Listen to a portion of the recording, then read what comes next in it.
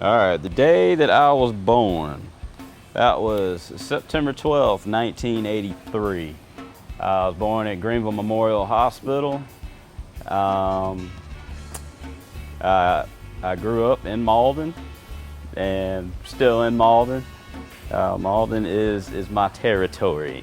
I love Malden for some reason. It's got great potential. It's like the perfect medium for me, I guess. My mom and my dad are both musically inclined. My dad and my mom are both self-taught pianists.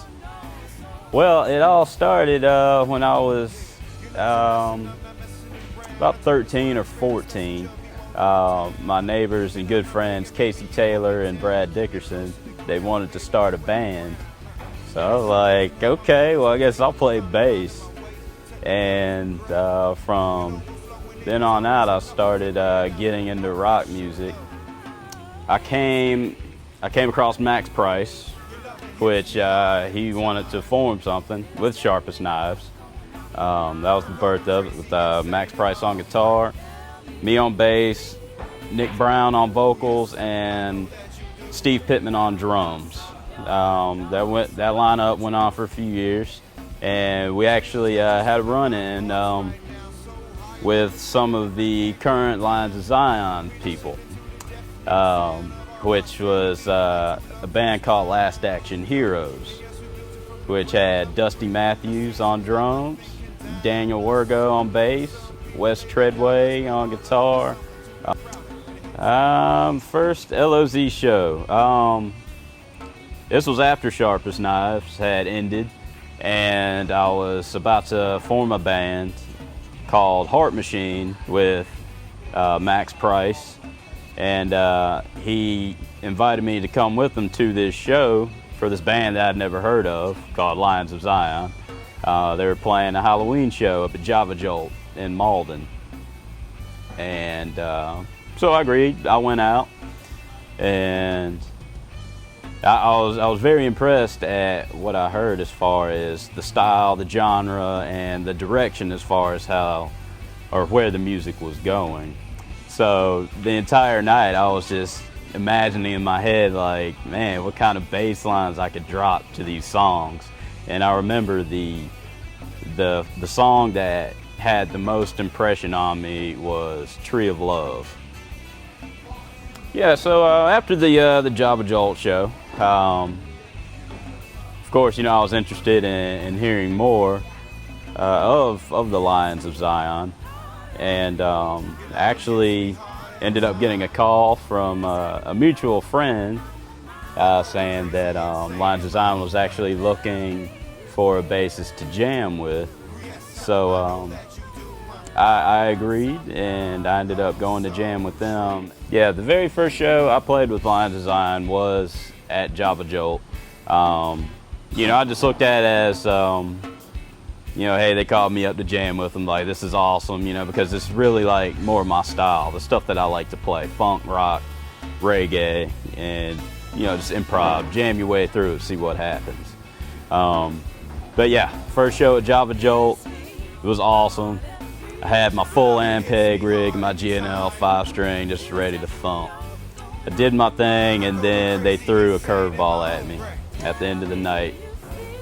They're like, hey man, you know how to play Billie Jean? I was like, no, but I'll figure it out. And we ended up playing Billie Jean that night, and it was awesome, man. Yes, it's still a hit to this day, 8 years later. Well, Warped Tour for me. When I found out that we were playing Warped Tour, I was very appreciative and thankful for the experience. Warped Tour was always something that I never thought would happen for me. I thought, maybe the biggest thing that I would be able to do in a band was, play some big shows at the Handlebar, play some out of state, out of town shows with some bigger headlining bands. But actually playing a major tour, being on the road and living on a bus was never anything that I actually ever imagined that I would be able to do. We got to play 2 weeks on the road, the northeastern part of the tour.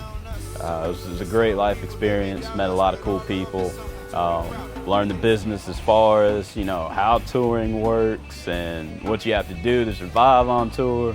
It's a lot of work. Warped Tour is the hardest tour. You will hear anybody say that. If you can make it through Warped Tour, you can do any tour. So if you get on it, enjoy it, and you'll have a blast.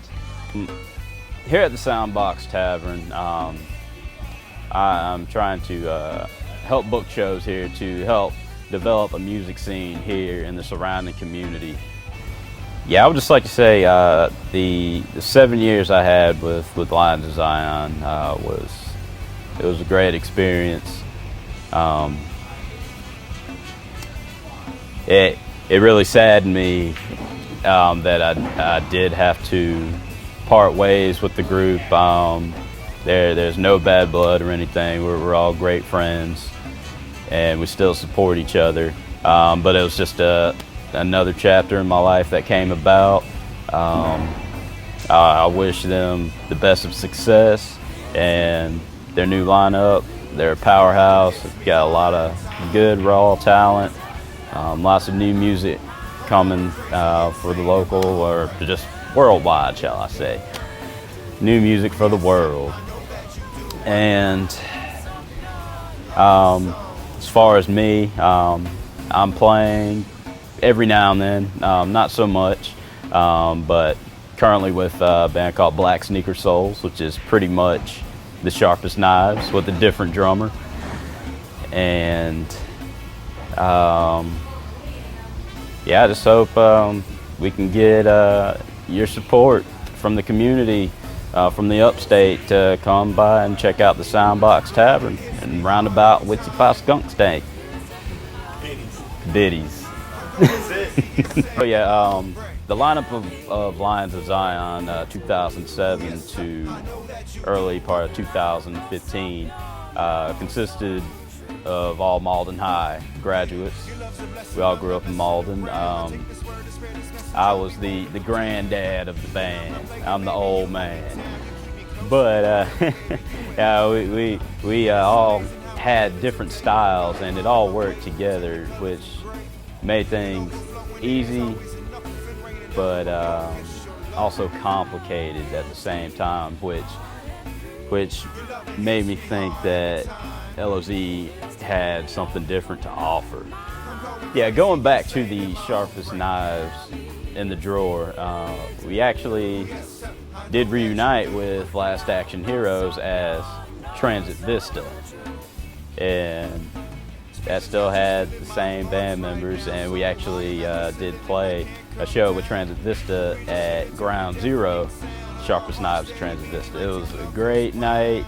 I got to reunite with those guys because I think it was maybe about a year or two since the last time we had played with them, when they were Last Action Heroes.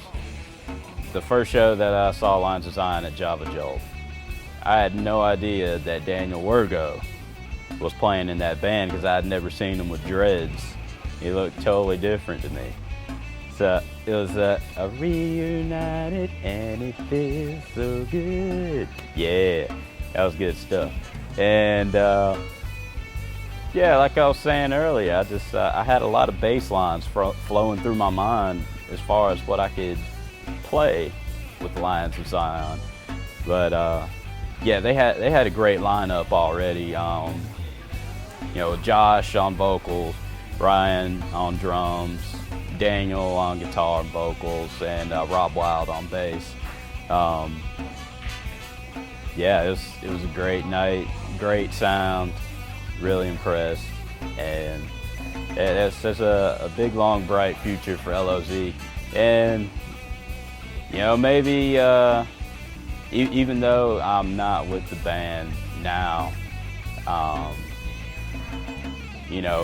still go out and see them when I can, because I am booking shows here and trying to maintain things, trying to grow a scene here at Soundbox Tavern. But anytime I do get a free moment, I would like to get back up on the stage and maybe maybe bust out an old school jam or two and get down on the funk. If you know about that. Because LOZ's got the funk. Biddies. Yeah.